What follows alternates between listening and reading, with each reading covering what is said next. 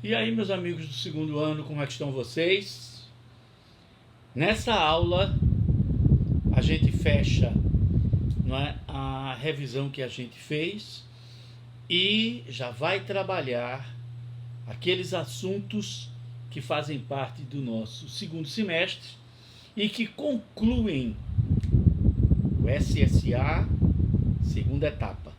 Esse que você, segundanista do NAP, vai fazer. Juntar essa nota com a nota do SSA primeira etapa e com a nota do SSA terceira etapa o ano que vem. Acumulando pontos, acumulando forças para a aprovação em um dos cursos da UPE, da Universidade Estadual de Pernambuco. Não é isso? Que é uma das melhores universidades estaduais do Norte e Nordeste. Alguns cursos são cursos de referência, como, por exemplo, o curso de mecatrônica. Muita coisa em engenharia, o curso de medicina, o curso de enfermagem, o curso de... como é o nome, meu Deus do céu? Nutrição também, mas eu queria me lembrar, educação física. É um grande curso. Assim, na área de direito, na área de humanas, não é? Direito também é um curso da UPE. É claro que, como o curso de direito ainda não formou nenhuma turma, ele ainda não tem uma avaliação assim 100%.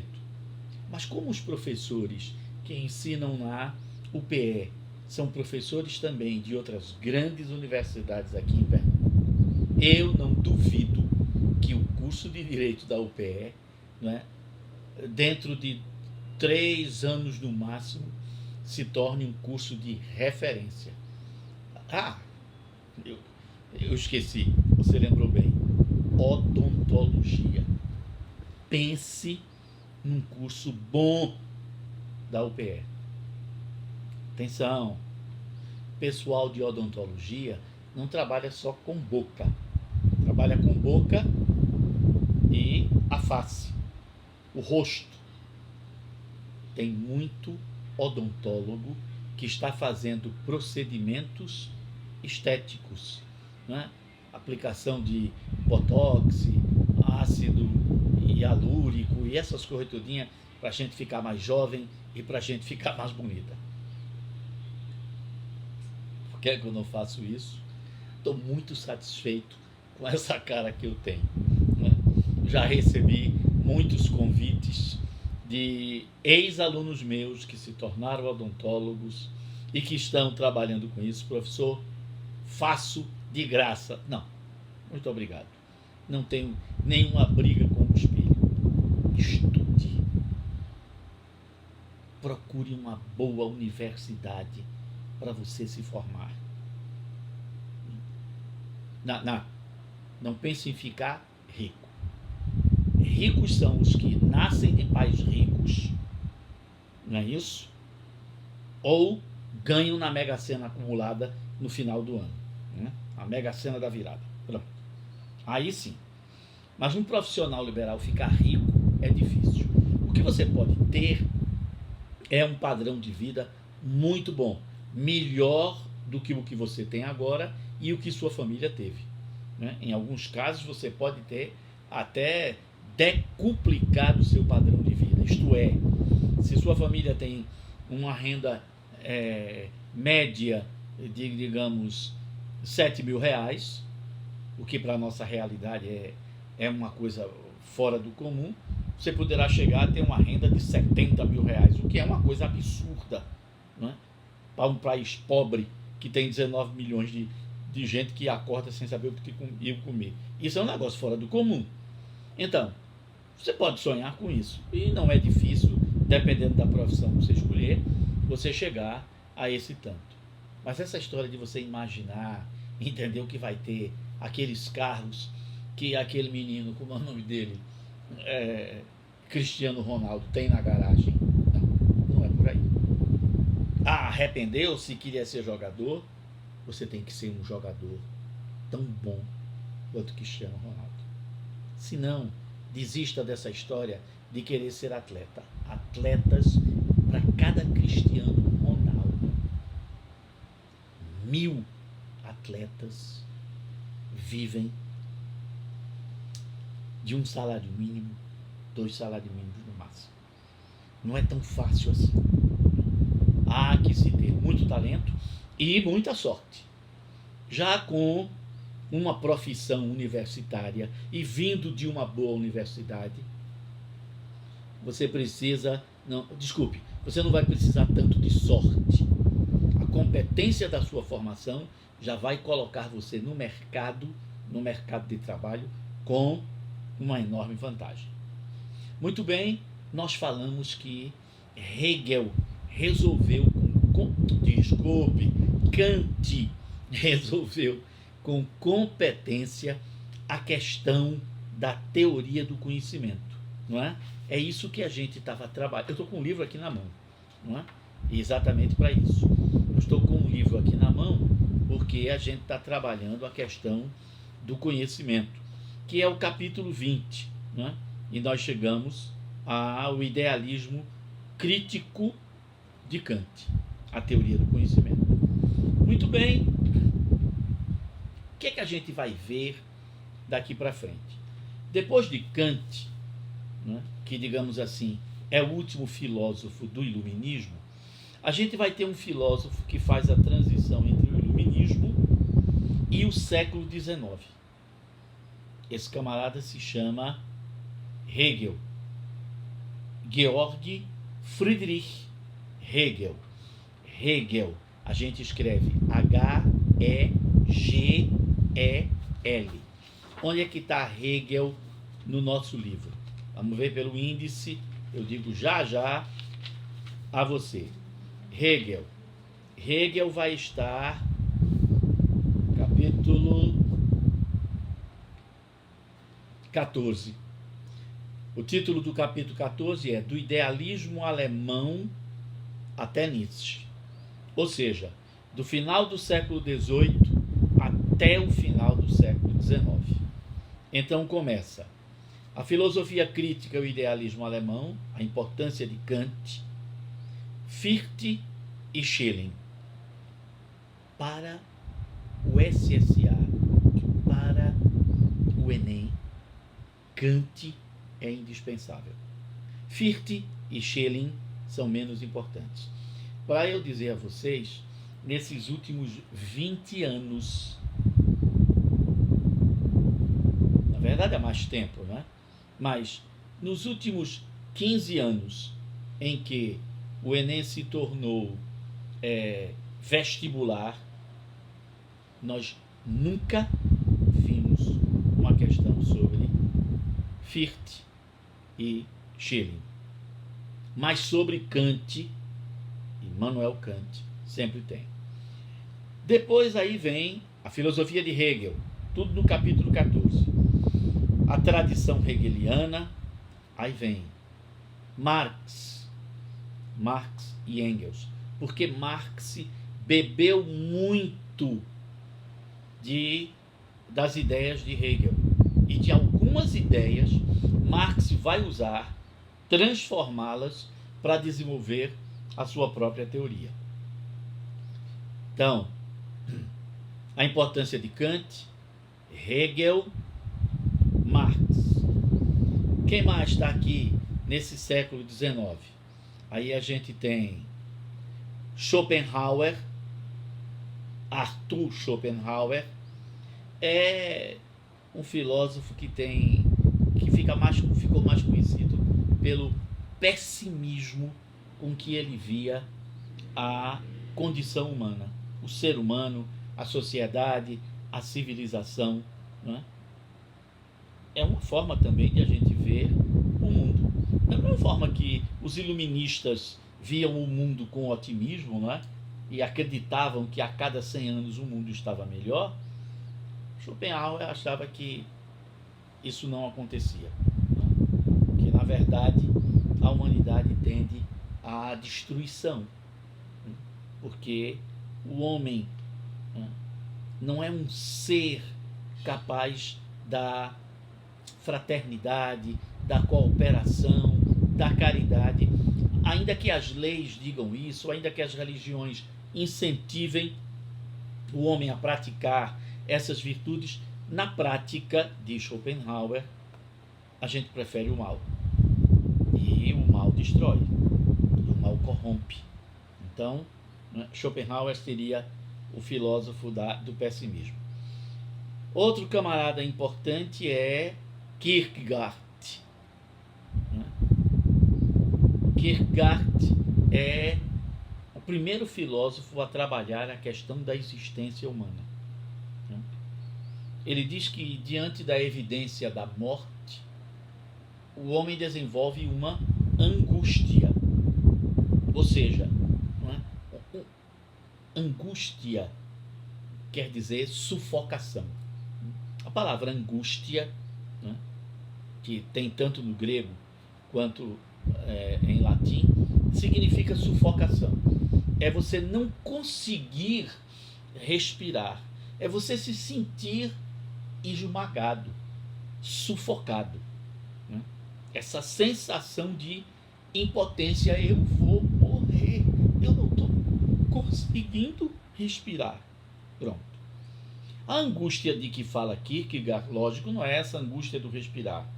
É a angústia da alma humana que, diante da morte, se vê impotente. Para que diabo eu vou trabalhar? Eu vou me esforçar? Eu vou estudar, fazer vestibular, se eu vou morrer? Kant, no entanto, diz... Kant, desculpe, com Kant na cabeça.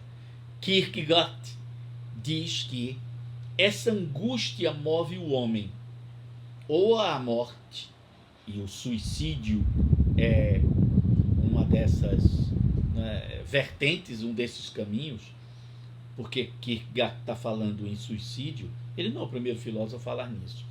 Mas a gente sabe que no século XIX, o romantismo, você já estudou isso em literatura, o romantismo era muito chegado a essa história de suicídio. O herói romântico na literatura, não é?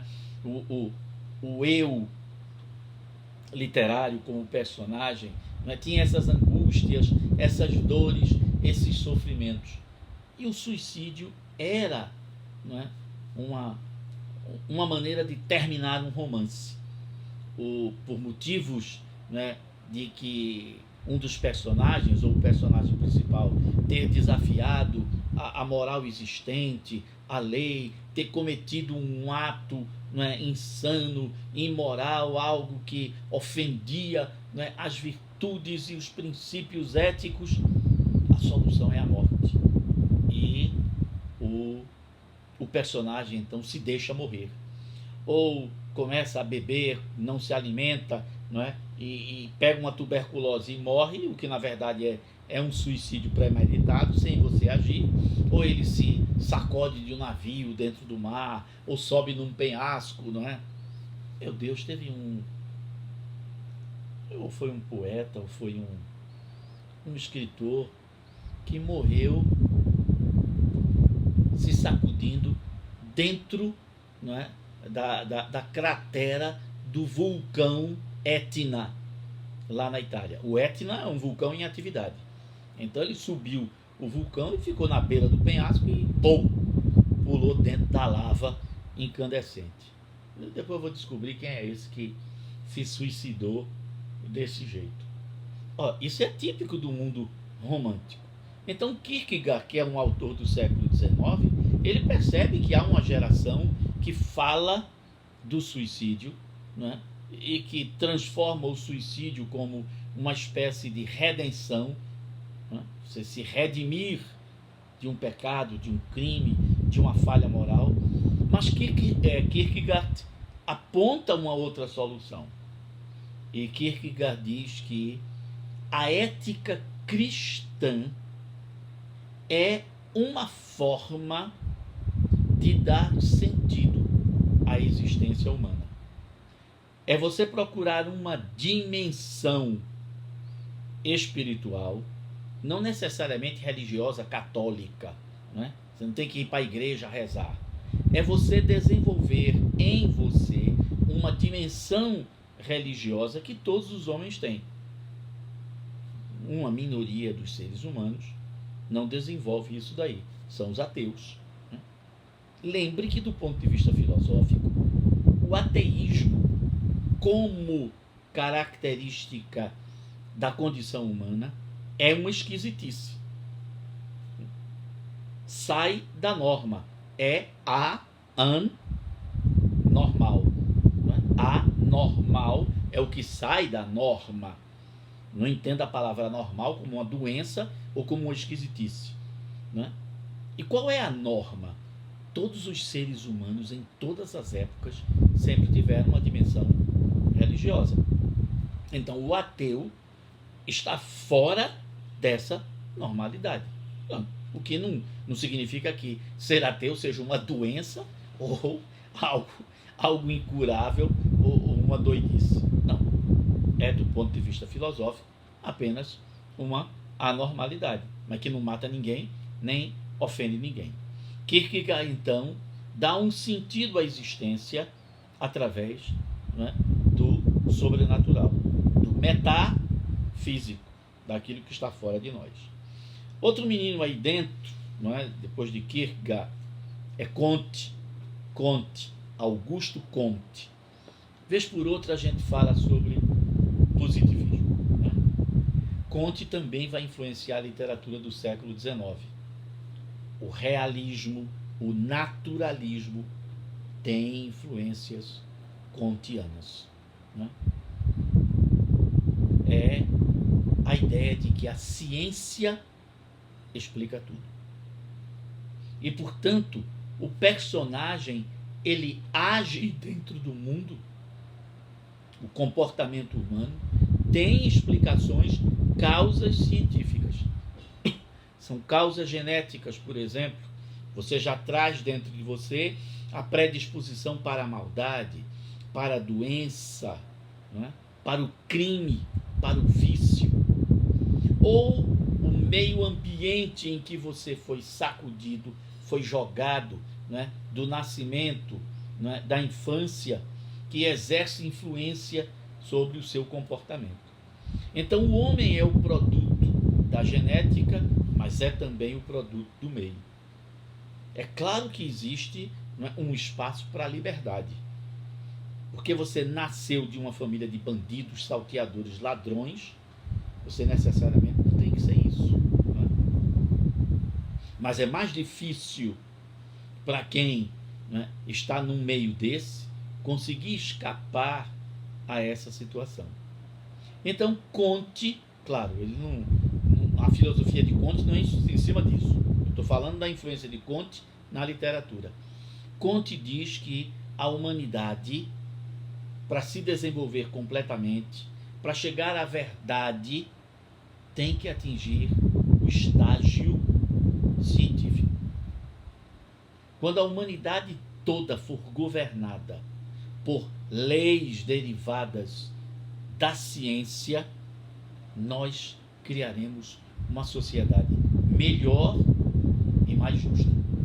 E outro menino que está no capítulo 14 é Nietzsche, o filósofo da suspeita.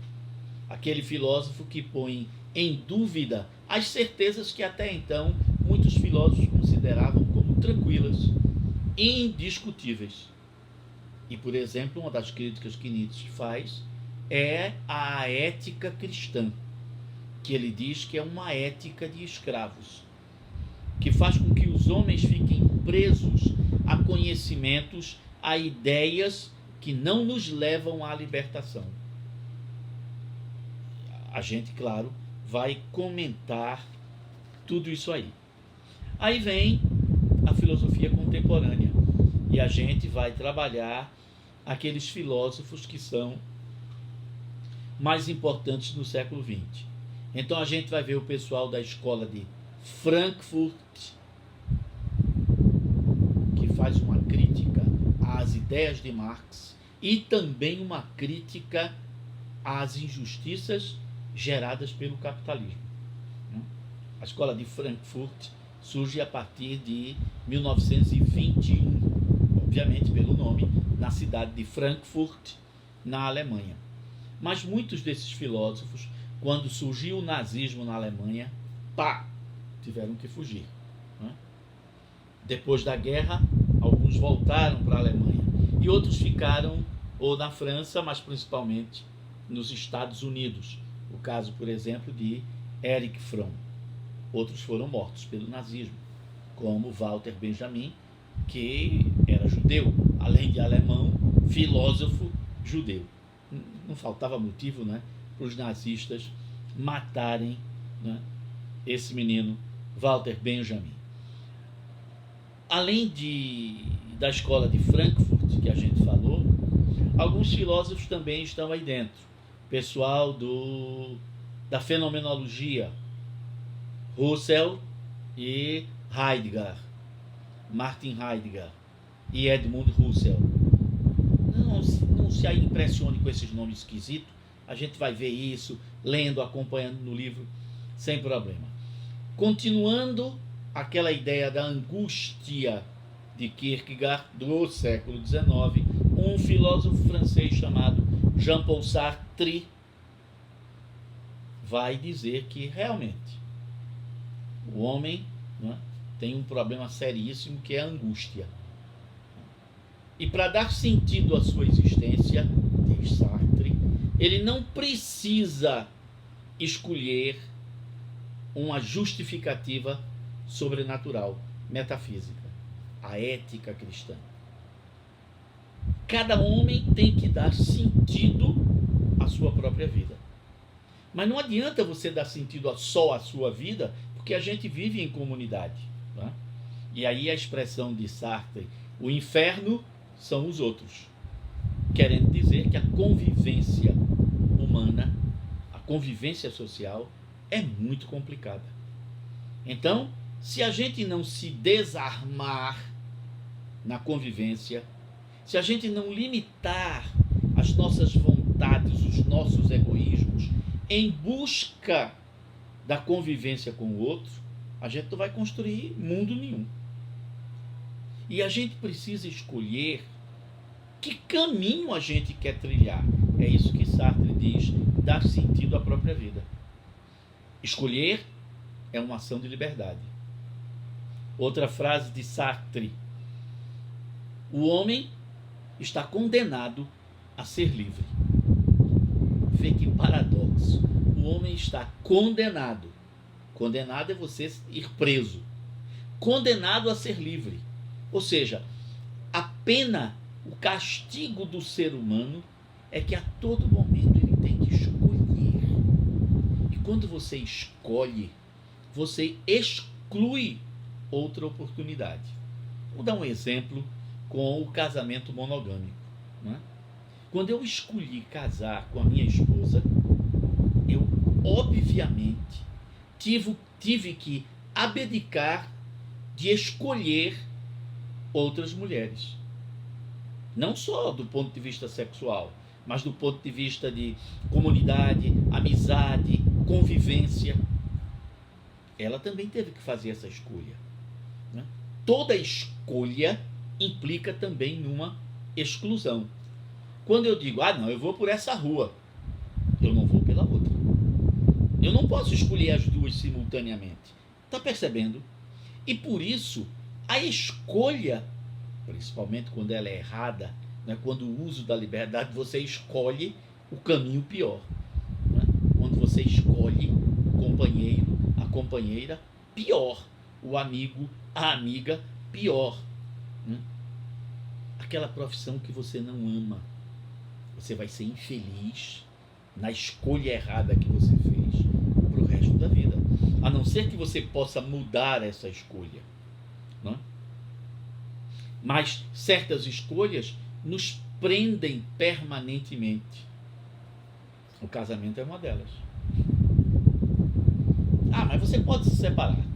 Eu posso me separar da minha esposa e transformá-la em ex-esposa. Mas não existem ex-filhos. Se eu caso e tenho filhos, eu posso acabar o casamento com a minha esposa, mas o fruto desse casamento, os filhos, continuam sendo filhos.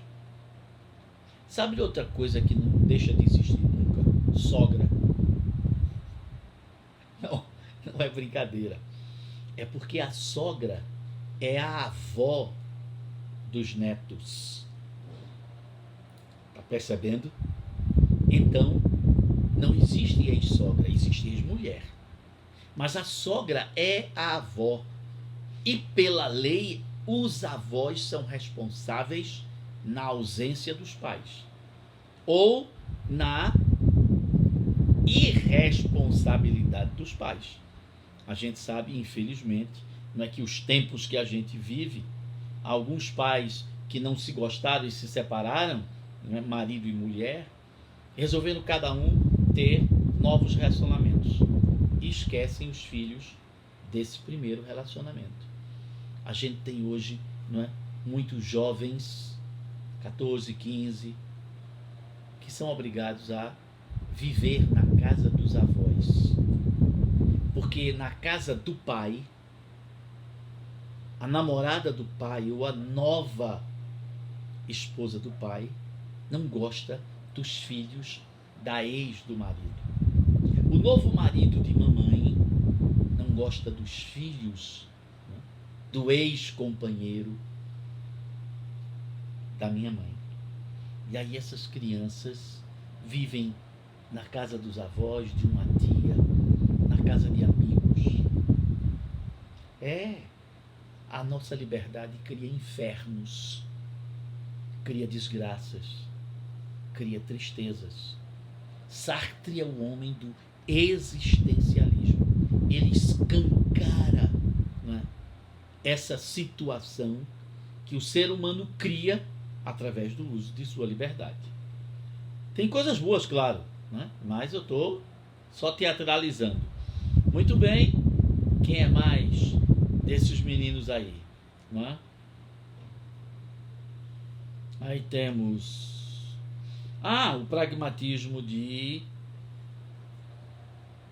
Dio, o instrumentalismo do Dio, o pragmatismo, né, de William James.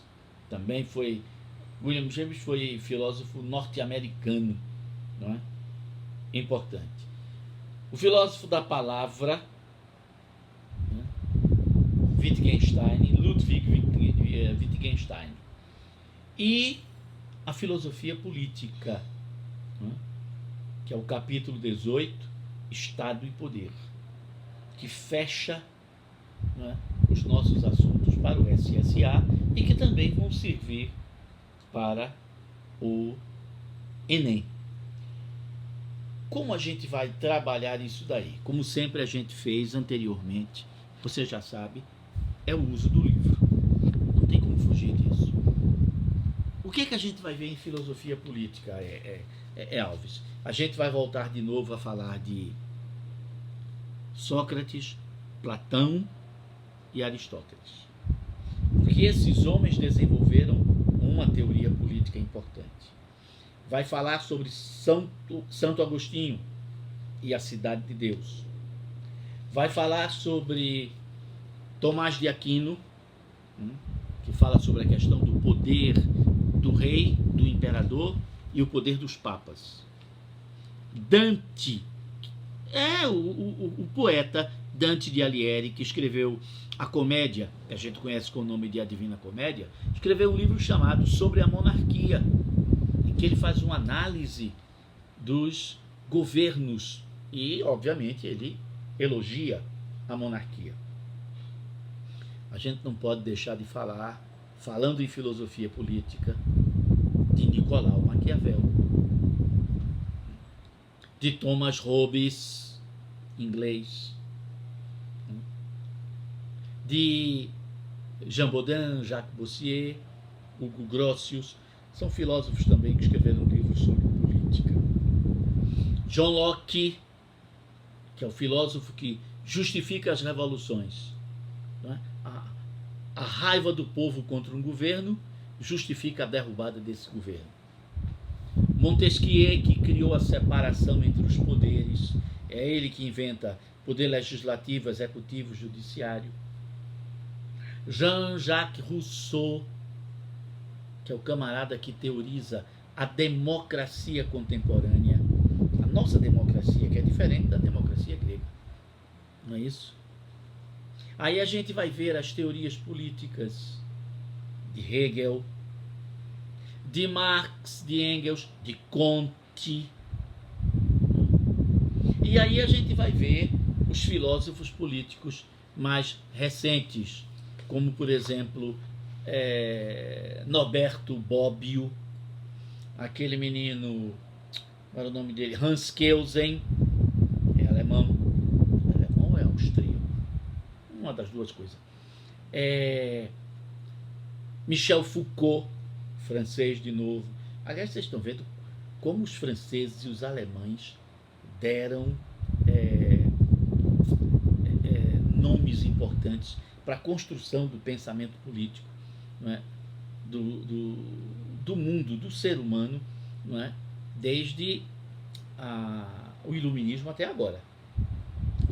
Bertrand Russell, filósofo inglês, é matemático também, não é? Mas ele é um grande defensor da democracia liberal. Aí a gente vai aprender o que é liberalismo em política, o que é ser de direita e de esquerda, o que é república, o que é monarquia, quais são as diferenças entre essas duas coisas. O que diabo é uma monarquia parlamentarista? Alves, eu ouvi dizer que Portugal tem presidente e primeiro-ministro. O Brasil só tem presidente. Portugal é uma república e o Brasil também. Como é que pode? É porque Portugal é uma república parlamentarista e o Brasil é uma república presidencialista. Alves, quer dizer que parlamentarismo existe tanto nas monarquias quanto existe nas repúblicas? Exatamente. É um sistema que serve. E democracia? Democracia é um regime político que tanto pode existir na monarquia quanto pode existir na república. Eu diria, por exemplo, que a Bélgica, a Holanda, a Suécia, a Dinamarca, a Noruega, que são monarquias, são mais democráticas que muita república que anda por aí. Tá vendo? Temos um segundo semestre cheio de coisas, portanto. Não é? Vamos trabalhar com vontade, não é? E chegar a solucionar todos esses problemas. Tá bom? Ficamos por aqui. Um bom final de semana para vocês e até o nosso próximo encontro.